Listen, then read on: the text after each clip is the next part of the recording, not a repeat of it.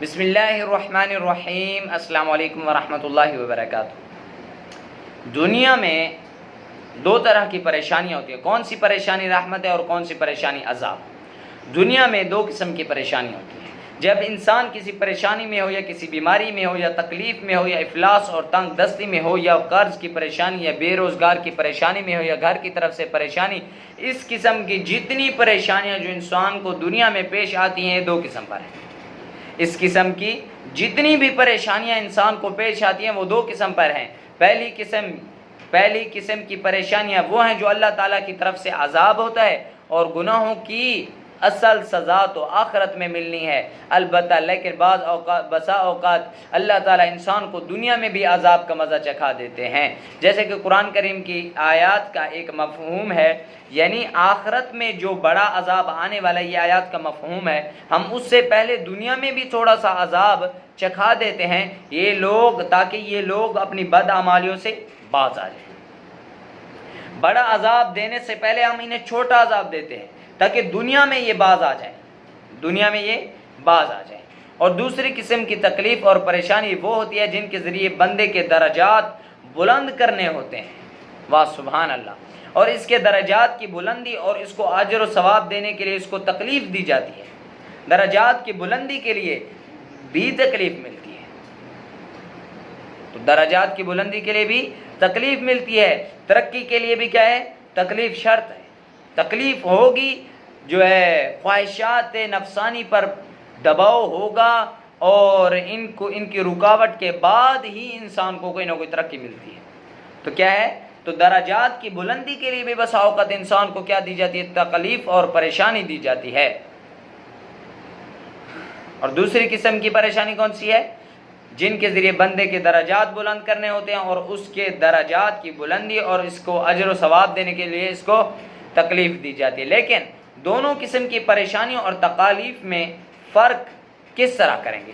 ہمیں کیسے پتہ چلے گا کہ اس پریشانی میں میرے جو ہے درجات بلند ہو رہے ہیں، اور اس پریشانی میں اللہ تعالیٰ نے مجھے عذاب کا ذائقہ تھوڑا سا مزہ چکھایا ہے تاکہ میں گناہوں سے باز آ جاؤں؟ تو ہمیں کیسے فرق کا پتہ چلے گا؟ ایک عام انسان کو کیسے پتہ چلے گا؟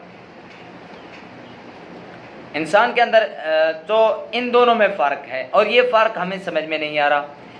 اچھا جی، کریں گے۔ یہ پہلی قسم کی پریشانی ہے یا دوسری قسم کی پریشانی؟ ان دو قسموں کی پریشانی اور تکالیف کی علامت الگ الگ ہے۔ ان دونوں کی علامت کیا ہے؟ الگ الگ ہے۔ وہ یہ کہ اگر انسان تکالیف کے اندر اللہ تعالیٰ کی طرف رجوع کرنا چھوڑ دے، یاد رکھیں وہ پریشانی جس کی وجہ سے تم اللہ تعالیٰ سے کٹ آؤٹ ہو جاؤ، اللہ تعالیٰ سے رجوع تمہارا چھوٹ جائے، اللہ تعالیٰ کی نماز تم سے چھوٹ جائے، زکوٰۃ، روزہ، حج، یہ چیزیں تم سے چھوٹ جائیں، اللہ تعالیٰ کا قرب چھوٹ جائے، تو سمجھ لینا یہ والی جو پریشانی ہے، یہ والی پریشانی کون سی پریشانی ہے؟ اور تکالیف کی علامت الگ، وہ یہ کہ انسان تکالیف کے اندر اللہ تعالیٰ کی طرف رجوع کرنا چھوڑ دے، اور اس کے تکالیف کے نتیجے میں وہ اللہ تعالیٰ کی تقدیر کا شکوہ کرنے لگے۔ مثلا یہ کہے نعوذ باللہ اس تکلیف اور پریشانی کے لیے میں ہی رہ گیا۔ عام طور پر یہ کہہ دیتے ہیں، جاہل لوگ ہوتے ہیں، یہ کہہ دیتے میں ہی رہ گیا تھا، میرے اوپر یہ تکلیف کیوں آ رہی ہے، یہ پریشانی مجھے کیوں دی جا رہی ہے، وغیرہ۔ اور اللہ تعالیٰ کی طرف سے دیے ہوئے احکام چھوڑ دے۔ مثلا پہلے نماز پڑھتا تھا، اب تکلیف کی وجہ سے نماز پڑھنا چھوڑ دیا، یا پہلے ذکر اور اذکار کے معمولات کا پابند تھا، اب وہ معمولات چھوڑ دیے، اور اس تکلیف کو دور کرنے کے لیے دوسرے ظاہری اسباب تو اختیار کر رہا ہے، لیکن اللہ تعالیٰ سے توبہ اور استغفار نہیں کرتا۔ تو یہ اس بات کی علامت ہے کہ جو اس پر آئی ہے یہ تکلیف، یہ اللہ تعالیٰ کی طرف سے اس انسان پر عذاب ہے۔ سمجھ میں آ گیا ہوگا آپ کو۔ وہ تکالیف اور پریشانیاں، وہ رزق میں تنگی، وہ گھریلو پریشانی جو تمہیں اللہ تعالیٰ کی طرف سے رجوع اور اللہ تعالیٰ سے تعلقات تمہارا قطع تعلقی کر دے، ٹوٹ جائے، اور نعوذ باللہ ایسے الفاظ کہنا شروع کر دو کہ پریشان کرنے کے لیے میں ہی رہ گیا تھا، رزق میرا ہی ختم ہو گیا تھا، نعوذ باللہ، تو سمجھ لینا اور اسباب اختیار کرنا شروع کر دے۔ مثال کے طور پر ایک کاروبار تھا، اس کے اندر اسے نفع نہیں ہو رہا تھا، پھر اس نے کہا پھر دوسرا کام کاروبار کرنا شروع کر دیا، بجائے اس کے وہ اللہ تعالیٰ تعالیٰ سے رجوع کرتا اور اپنے گناہوں پر توبہ اور استغفار کرتا، لیکن اس نے کیا کیا؟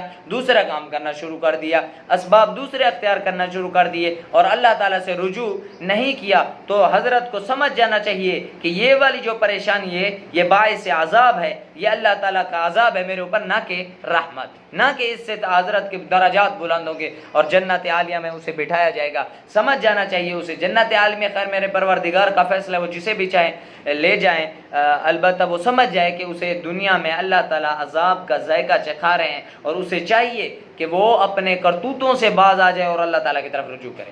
اب دوسری تکلیف، اب دوسری اسی کے اپوزٹ ہے کہ جب ایک آدمی پر پریشانی آئے، وہ مصلی بچھائے اور اللہ تعالیٰ سے تعلقات اور گڑ گڑا کر روئے، اے اللہ مجھ سے کوئی لغزش، مجھ سے کوئی کوتاہی، مجھ سے کوئی غلطی ہو گئی ہے تو میں توبہ کرتا ہوں، استغفار کرتا ہوں، میں ایک کمزور سا انسان ہوں، تو میرا پروردگار ہے، تو مجھے 70 ماؤں سے زیادہ محبت کرتا ہے، لہٰذا تو میرے گناہوں کو معاف فرما دے اور جو ہے میرے سے یہ پریشانی اور یہ میری تنگی یہ جو ہے اٹھا دے، تو سمجھ لینا چاہیے یہ والی جو پریشانی ہے باعث رحمت ہے، نہ کہ باعث عذاب۔ دعا ہے کہ اللہ ہمیں باعث رحمت والی پریشانیاں عطا کرے کیونکہ درجات بلند ہوتے ہیں، اور باعث عذاب والی پریشانیوں سے بچائے۔